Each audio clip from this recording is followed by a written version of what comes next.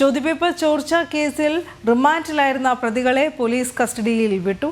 MS സൊല്യൂഷൻസിലെ അധ്യാപകരായ ഫഹദ്, ജിഷ്ണു എന്നിവരെയാണ് 5 ദിവസത്തേക്ക് കസ്റ്റഡിയിൽ വിട്ടത്. Thamarassery judicial first class magistrate കോടതിയുടേതാണ് നടപടി.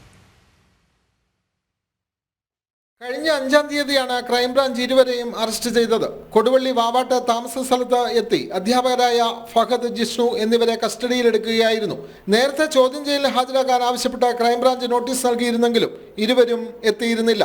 ഇതോടെയാണ് അറസ്റ്റിലേക്ക് നീങ്ങിയത്.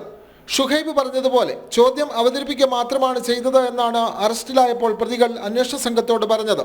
എന്നാൽ ക്രൈംബ്രാഞ്ച് ഇത് വിശ്വാസത്തിലെടുത്തിട്ടില്ല.